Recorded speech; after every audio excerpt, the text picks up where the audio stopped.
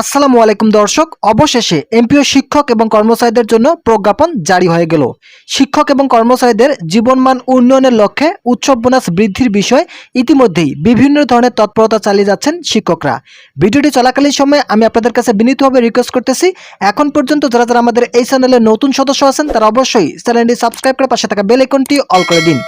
50% উৎসব বোনাস বৃদ্ধির বিষয়ে এমপিও শিক্ষকরা সরাসরি নাকচ করে দিলে নতুন করে আবারও শিক্ষা মন্ত্রণালয় থেকে একটা তথ্য জানানো হয়েছে।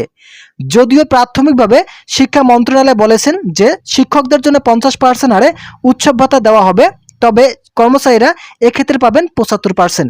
কিন্তু একটা সূত্র জানিয়েছে যে শিক্ষকদের জন্য 50% উৎসব ভাতা কার্যকর হওয়ার সম্ভাবনা খুব একটা নেই, এটা বৃদ্ধি করা হতে পারে।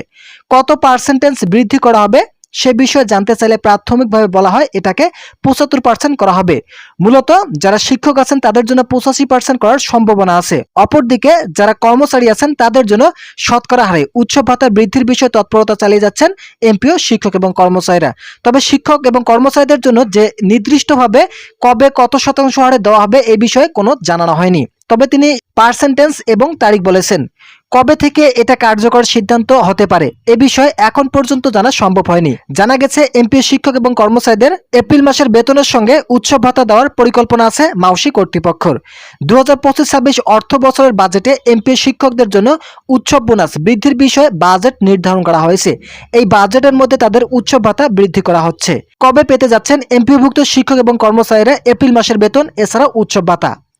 ভিডিওটিতে এ পর্যন্ত এসে এখন পর্যন্ত যারা যারা আমাদের এই চ্যানেলের নতুন সদস্য আছেন এবং চ্যানেলটি সাবস্ক্রাইব করেননি, এছাড়াও এমপিভুক্ত শিক্ষক এবং কর্মচারীদের যে কোনো ধরনের আপডেট প্রয়োজন তারা অবশ্যই আমাদের এই চ্যানেলটি সাবস্ক্রাইব করে পাশে থাকা বেল আইকনটি অল করে দিয়ে আমাদের এই চ্যানেলের সদস্য হয়ে থাকুন। এপ্রিল মাসের বেতন নিয়ে শিক্ষকদেরকে যদিও অবহেলার পাত্র বানা হয়েছে, তবে আশা করা যাচ্ছে আগামী 20 তারিখের মধ্যে এমপি শিক্ষকদের বেতন প্রেরণ করা হবে।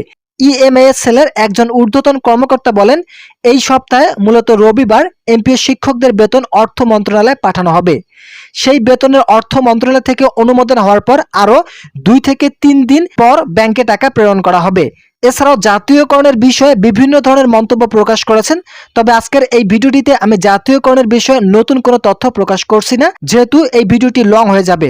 তাই আপনারা অবশ্যই পরবর্তী জাতীয়করণের বিষয়ে নতুন আপডেট পেতে চাইলে চ্যানেলটি সাবস্ক্রাইব করে বেল আইকনটি অল করে দিবেন, যাতে আমাদের এই চ্যানেল থেকে কর্মচারীদের যে কোনো ধরনের আপডেট সবসময় সবার আগে পেতে পারেন। আজকের এই ভিডিওটি পর্যন্ত ভালো থাকুন, সুস্থ থাকুন।